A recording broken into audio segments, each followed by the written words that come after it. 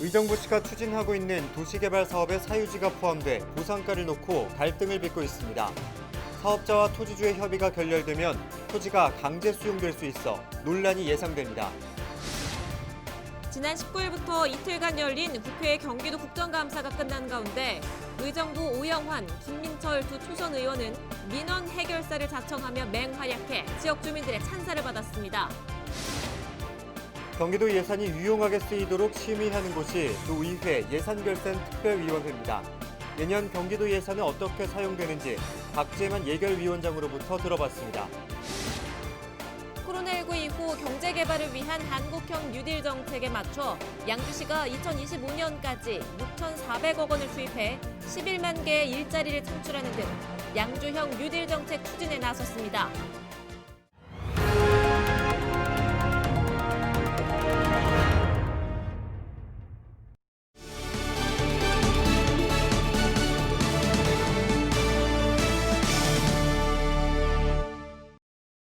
여러분 안녕하십니까? 헬로티비 뉴스입니다. 의정부 미군 부대가 사용하던 유류 저장소의 2022년 완공을 목표로 도시개발 사업이 진행 중입니다. 지금은 토양 오염 조사로 잠시 공사가 중단됐는데요. 보상 문제도 남아 있습니다. 사업 관련 부지 중 일부가 민간 소유지인데 토지주는 보상액이 적어 억울하다는 입장입니다. 김초롱 기자가 보도합니다. 의정부 금호동에 위치한 도시개발 사업 부지입니다.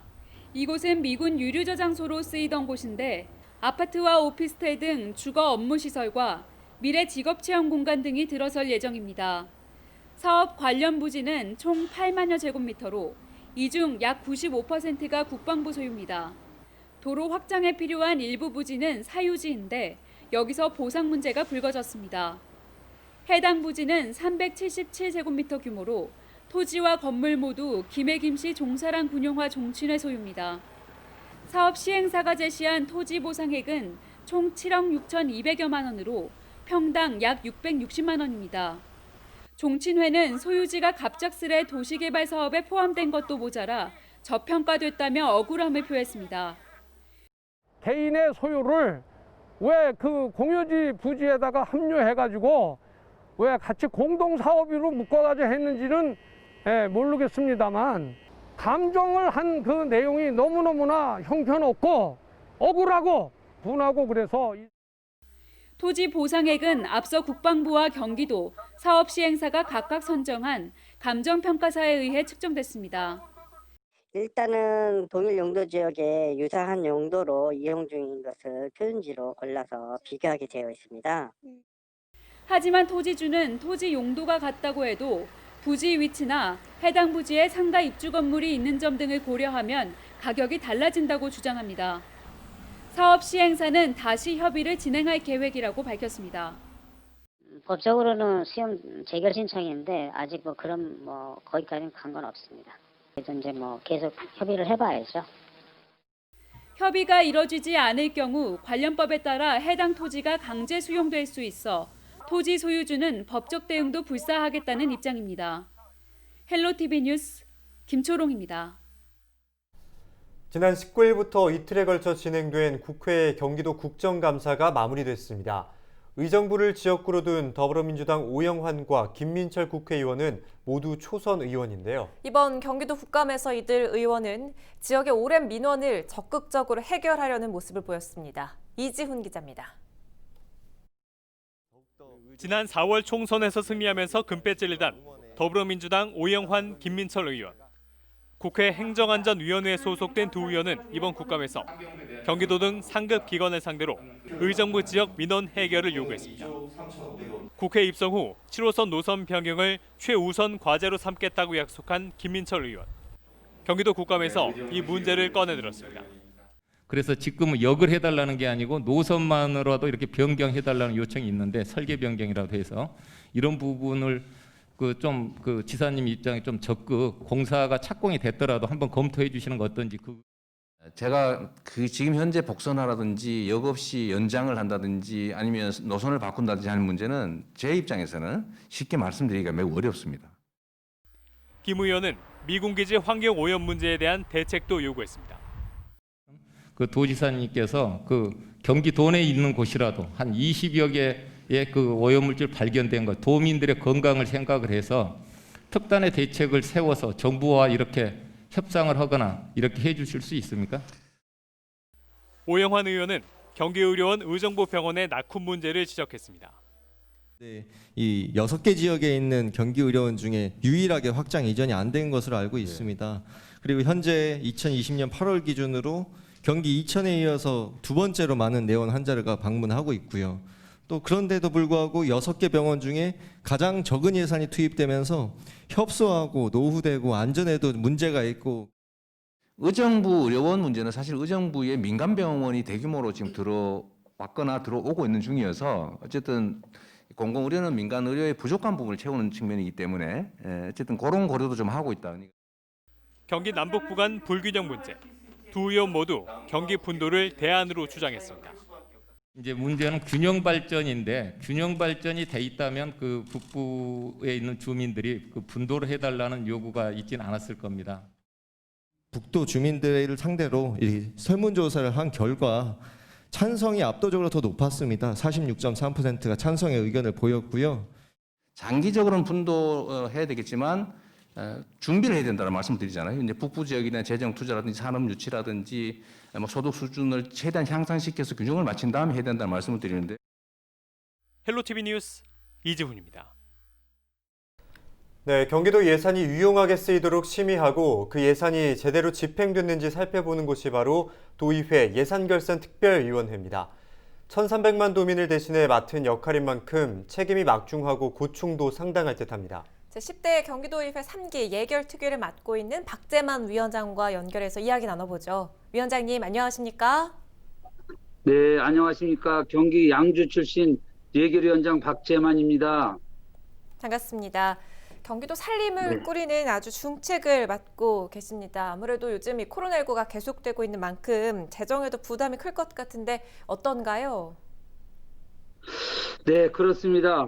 코로나19 확산은 국가 경제는 물론 우리 그 경기도 지역 경제에도 그 심각한 그 영향을 끼치고 있습니다. 그래서 올해는 저희 경기도는 코로나 사태를 극복하기 위해 2회에 걸쳐서 이제 추경을 하였습니다. 그래서 그 재난 기본소득 한 7,500억 정도를 우리 도민에게 좀 나눠드렸고, 또 2차에 걸쳐서 우리 지역 화폐 소비자 지원금이라고 한 1,000억을 우리 그 도민들에게 나눠드렸는데, 그래도 그 극심한 소비 침체 생활 속에서 그 거리두기 인해서 생계적으로 고통받는 도민이 많은 것 같습니다. 아직도 내년도 예산을 어떻게 해야 될지 그 예결위원장으로서 고민이 많습니다. 네, 2021년도 본예산 심의를 앞두고 있는데 예산을 최소한으로 편성하게 될 것이란 전망이 나오고 있습니다. 네, 그렇습니다. 우리 아직까지 정확한 그 세수 추계는 지금 확인을 하지 못하고 있습니다. 그 경기 회복에 대한 기대 속에서도 고강도 우리 주택시장 안정화 대책에 대한 우려와 또 보수적인 세수 추계와 또 최소한의 예산 편성이 예측되고 있습니다. 또 도지사님께서도 도민의 생활 안정과 도의 그 발전을 염두에 두고 건전하고 효율적인 본 예산을 편성하고 계십니다. 그러니까 예결위원장으로서 한정된 재원을 더욱 그 공정하게 배분과 더불어 또 도민들에게 공감하고 체감할 수 있는 사업적으로 투자될 수 있도록 예산을 심의하겠습니다. 최소한의 예산을 공정하게 배분하겠다는 다짐의 말씀 해주셨어요. 이번에는 경기 분도 관련된 이야기도 좀 여쭙겠습니다. 도의회가 경기 분도 관련해서 나서고 있는데 균형 발전을 위한 거긴 하지만 예산과 행정력 낭비가 아니냐 이런 이야기도 있고, 또 올해 추경 안에 북부청사 조성 예산이 밀렸다 이런 등등의 지적이 있는데 이 부분은 어떻게 보십니까? 네, 하여간 이 도의 그 경제적인 면, 또 교육적인 면, 문화적인 면, 뭐 교통 인프라가 거의 남쪽으로 집중이 되어 있습니다. 거의 그 경기 남부와는 달리 경기 북부는 저희 도의원들도 그 출퇴근 시간이 한 4시간에서 5시간 사이를 왔다 갔다 하는 그런 그 거리상으로 굉장히 멀리 그 시간을 갖고 있습니다. 또한 경기 북부는 이제 그 수도권 개발 제한 구역이고 또 그린벨트 그 지역이고 군사보호 지역이기 때문에 기반 시설이 그 남부보다는 협소하게 그 갖추지 못하고 있습니다. 그런 의미에서 개인적으로는 이제 경기 북부 발전을 위해서라도 분도가 꼭 필요하다고는 그 생각을 하고 있습니다. 또 도의원으로서 책임감을 갖고 효율적인 그 예산과 행정을 반드시 필요하다고 생각을 하고 있습니다. 그렇지만 그 우리 그 국회에서 그 경기 북부 설치에 관한 법안이 조속히 또 심의 제정될 수 있도록 좀 관심을 또 우선 가져줘야 되고 우리 도의원 142명 중에 그 93명이라는 분이 이제 그 분도에 대한 그 동의 그 찬성을 해 주셨습니다. 도의 그 지역 상황을 누구보다 잘 알고 계시는 우리 도의원님들께서 분도의 필요성을 더욱더 강조를 해야 된다고 생각을 하고 있습니다. 네, 건전하고 효율적인 예산 심의와 편성으로 좀 도민들의 삶에 실질적으로 보탬이 될 수 있도록 애써주시기를 바라겠습니다. 오늘 말씀 고맙습니다. 네, 감사합니다. 네, 지금까지 박재만 경기도의회 예산결산 특별위원장이었습니다.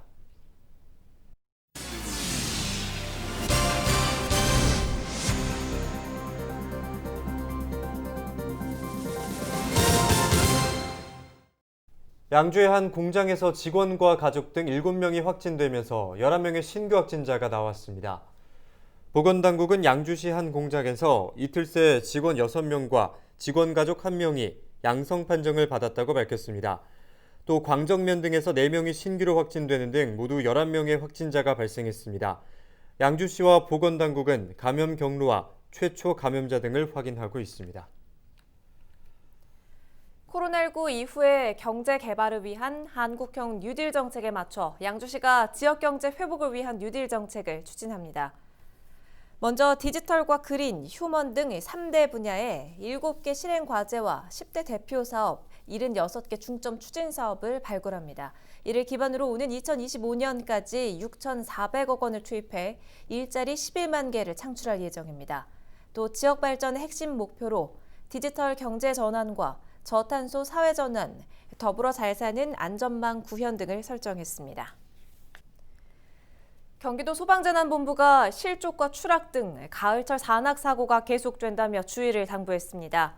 최근 3년간 도내 산악사고를 분석한 결과 9월에서 10월 발생한 사고가 전체의 25.4%로 가장 많은 비율을 차지했습니다.